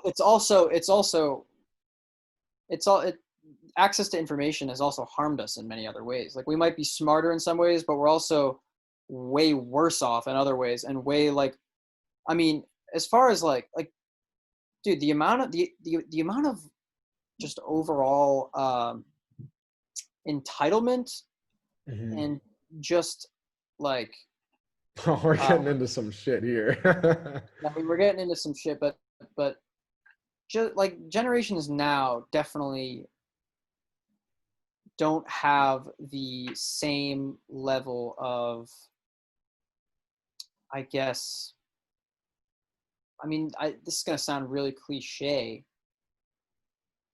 but they just don't have the same level of work ethic, I guess. It's like they're used to convenience. They're used to having things handed to them on a silver platter a lot, and not in the sense that, I'm not necessarily saying in like an economic sense.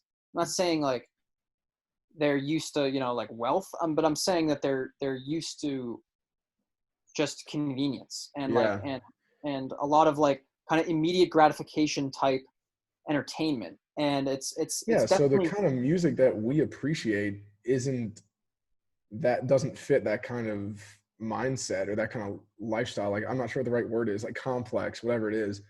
But I mean, like, I've had people, when I've been playing songs in the car or something like that, they're like, how long is this song? And I'm like, oh, it's 5 minutes. They're like, 5 minutes? They like think that's a long song. I'm like, dude, that's a fucking short song. Yeah. Yeah. I don't know. I think that long song is know. 10 minutes or more. I would say like 8 or more, or 7 or more is pretty long. Yeah. But still, like, rock just isn't being played, and I don't think that's going to change. And there are some bands out there that are semi-popular or like are a country act or something like that that kind of bridge the gap, but it's not, there's never going to be another Zeppelin, Beatles, or type band like that at all, at least with that kind of musical style. Yeah. I want to actually try and restate almost what I was trying to say before. So kind of like how you said, like when you're talking about like why, like we're smarter than previous generations in a lot of aspects, but why are we dumber? Why are we listening to more shallower music, or like you could say just like in our subjective opinion, worse music, you know, things like. Yeah. And I think, to kind of reiterate like my example, like there are plenty of things that we do worse than previous generations, and Oh, I think absolutely. I'm a not simple saying we're example, right? Like a yeah. simple example is like think about like in terms of psychology and healthy habits. Like the amount of time I think there's been, you know, research proven time and time again. This is like nobody makes this up. This isn't like a claim of the elderly or something, or of the parents. You know, like you know, technology and like time spent in front of a screen is bad for you, and like you know, spending too much time in front of a screen like before bed like is literally bad for your mental health. It's bad for your physical health. Like it's literally bad for your sleep. It's bad for your energy. It's bad for it's literally this like scientifically factual. And it's like we do worse. And like, do you see like people 40, 50 and over doing a lot of that? No, you don't. They're much better in that regard. They because they grew up in a different culture and a different time with access to different things. So I think it's certainly plausible that present generations could do worse in the aspect of making music and than past generations did. Hmm. And I think really for like I think it all started with the generation of like a lot of electronic music and computers and the internet and But media. the problem with that too is that you even see potentially big rock acts like Radiohead, like Muse. Like I would say like at one point in like the start of their careers, I would call them rock acts, and they were like fairly big, and they Yeah, still are fairly big bands. They're a lot of electronic sounds now in their yeah. music. Well, Like they're we've yeah. talked a little bit about Radiohead. I know neither one of us are like their biggest fans, but I know that we both enjoy the Bends and OK Computer. And after that, the second they started putting all that computer electronic sounds in their music, that's like where we kind of tune out. I think. Look, I don't think there's anything at all, almost nothing, I'll say, inherently wrong with electronic music or or the use of electronics and you know synthesizers, just fake sounds, you know, Yeah, I not don't a think there's a problem with it either. there's no problem inherently, like there's no, it's the way that it is used Yeah, is correct. the problem, and it's that's the real issue. The only thing I'd say that is actually ultimately inherently wrong with it, I would say, is that there is, simply put, just something that sounds better when it comes from a raw instrument that somebody is playing. There's an Yeah, intangible factor that, even whether it's like psychologically, like you know that they're playing an actual instrument that you actually have to like possess talent to play, or like certain technique. The other thing is that there's certain human inflections and techniques and just like stylistic things that go into the actual playing of an instrument and the execution of an instrument that you just can't get in electronic music. You can't, the little inflection points and nuances in a Jimi Hendrix guitar solo are not replicable. They're not, there's something human. There's human elements to that, to those things, to those parts of the Jimi Hendrix sound and the whoever you want to talk about sound, you know, that you can't replicate through purely electronic instruments. You just can't do it. Because a computer doesn't know how to do it. You can't like, I mean, and even a keyboard that yes, you are playing a keyboard in the sense that like you're playing it like a piano, but like you're still just pressing buttons ultimately, and you're pressing key, and you can't get these like humanistic stylist like raw nuances like yeah. through the election, and I that's mean, the only it's thing. because it has everything to do, like, you know, you play guitar, and anyone else who plays guitar knows that the way you pick the string, the way, like, Right. what your note choice, the way you bend the string, like, that is you making music. Like, a computer is never in I don't care how advanced computers get, I'm never going to hear a computer play the Comfortably Numb solo than David Gilmour did in that song. No. It's just not ever going to Well, happen. it's funny because I have a lot of confidence in AI in a lot of respects, and I do think that we will be blown away, absolutely blown away by some of the music that AI comes up with. But again, even let's say like even if you conceded that point, like even if you were said like, okay, maybe they will come up, maybe they will be able to replicate that kind of sound. The simple fact that it's a computer almost ruins it for me in a way. That's another part inherent flaw with it. And I think that generally because of those flaws and just because of my personal preference of sound, I will never enjoy music that primarily revolves around electronics. Using it as an additive or a complement it works very well. Even sometimes when it's the main stuff, it can work well. I mean, sometimes again, like and if done right, it can definitely work well, even if it's the main stuff. I mean, Yeah, I think Rush even does a good job of using it as the main feature sometimes. and I think kind of like to your point of saying like there's just a quality that's inescapable to some extent about like somebody playing an instrument and they're like making that sound themselves with their hands, with their talent, basically. Yep. There's also something to be said about several people in a band cohesively playing and mixing their sounds and their influences and their writing. Like, because I'd say more often than not, like every player, like somebody might write, and somebody in a band might write the whole song and like generally know what the sound should be. But like the guitarist is going to write his solo. The bassist is going to write like his little parts to it. And the drummer's going to make his own fills and stuff like that. And you're never going to find another act that had the cohesiveness that any of these bands had. Like you look at Led Zeppelin, I know we've mentioned them a lot, but like and this is well known if you know anything about Led Zeppelin, is like their live performances, like Jimmy Page would stretch on his Dazed and Confused solo for 20 minutes or something like that. And it would be completely improv. And John Paul Jones and John Bonham would be right there with them just because they were so in sync as musicians on that stage. They knew where each other were going at all times. Like you didn't need to. Key. And I think that's actually maybe the primary concern, is that what's definitely failing in the current music industry is the lack of musicians, period. Like the lack of actual musicians who know music, who write music, and who actually, and not only write, but play music and do it together and write their own stuff and play their own stuff, and who actually are good at it and have an actual talent for it. Because if you can't do that, then, and if that starts to fall out of the popular, the mainstream, and and people like that start to die off, you're never going to have these kinds of acts, like you said, these kinds of like Led Zeppelin or like any band that is able to actually play together in sync, even in a on the spot improv creative setting. And you're never going to be able to see that live again. I mean, if people don't start picking up guitars, picking up basses, or whatever kind of instruments, and playing instruments together and learning about music together and writing it together, like that's never, if we keep going down this road of like, a rapper hires a team of people to come up with, melodies or beats, or like they have like, or even lyrics sometimes.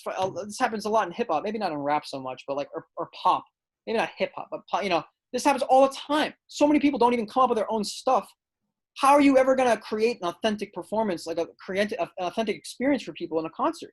You're just going to play your shit. You're just going to play your hits. And maybe you come up with something slightly different for a concert every once in a while, but oh, great. It's still all going to be staged, and it's not going to be real. It's not going to be like, if that doesn't start, that's one of the most concerning things, is the instrumentation, the overall musicianship is definitely falling. Even if like, the creative factor in the sense that, isn't falling, in the sense like you're using new sounds, from new computers. And I mean, the musicianship is falling. I mean, and that's even, I mean, exemplified in just the music itself. I mean, it's literally falling. It's literally becoming more and more simple. People are using less and less note changes, time signature changes. We're going right back to 4/4, blah blah. I mean, it's just like it's literally failing. I mean, and if you've only grown up, I mean, and I again, it sounds, this whole section of this podcast sounds probably so pretentious, but look, if you play an instrument, if you know anything about music, I mean, I don't think you could really argue this point. You could argue it in a nuanced way. Like you could, like certainly someone could school me and be like, dude, there are so many hip hop artists that are really good musicians and do all this. I'm sure there are. Look, I'm sure there are.